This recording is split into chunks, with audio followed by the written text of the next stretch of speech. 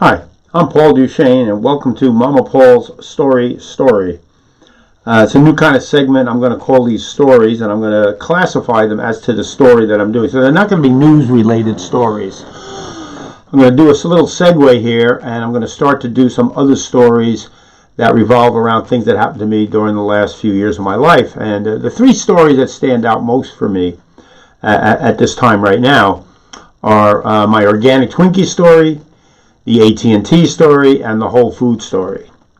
Now, working our way backwards, the organic Twinkie was something that I got involved with this almost 20 years ago. I spent 5,000 hours, $50,000, and almost 18 years attempting to invent an organic Twinkie.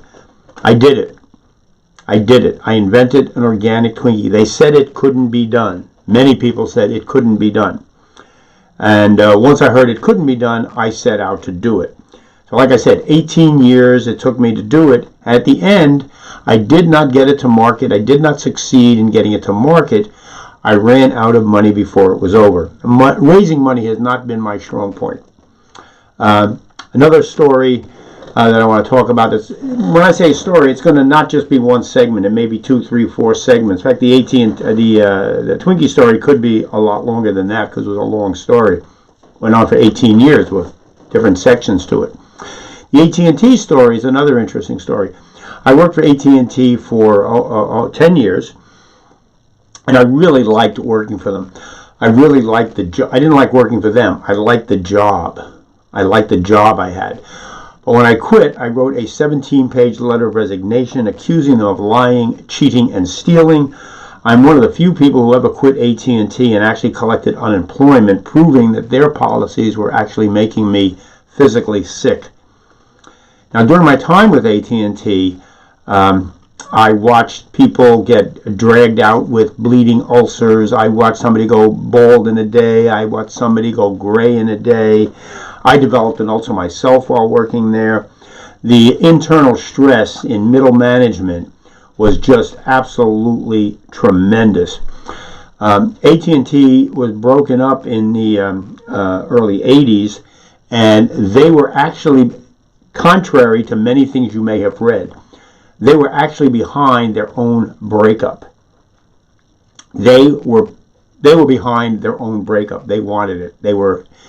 Rumor had it that they were paying off the judge, and I heard this when I was in the headquarter department in New York, way before the breakup actually happened.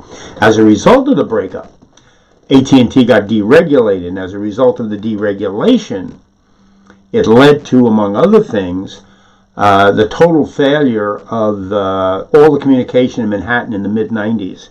There was one day when they lost all their communication out of Manhattan. 3 long lines buildings went completely down because of deregulation.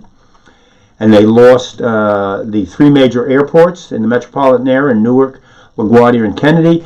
And they lost the New York Stock Exchange. No communication because of deregulation.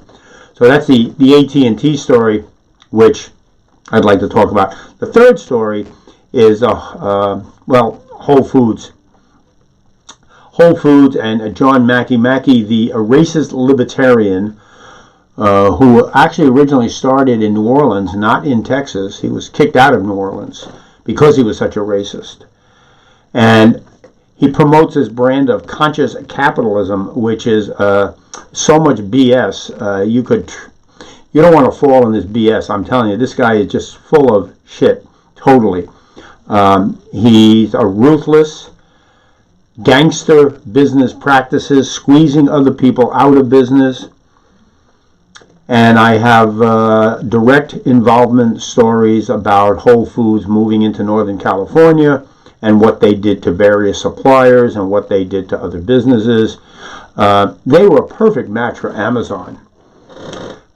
They fit in right perfectly with Jeff Bezos, and he does the same kinds of things that Mackey does, and they sound like they're sort of highfalutin. Those are the 3 main stories.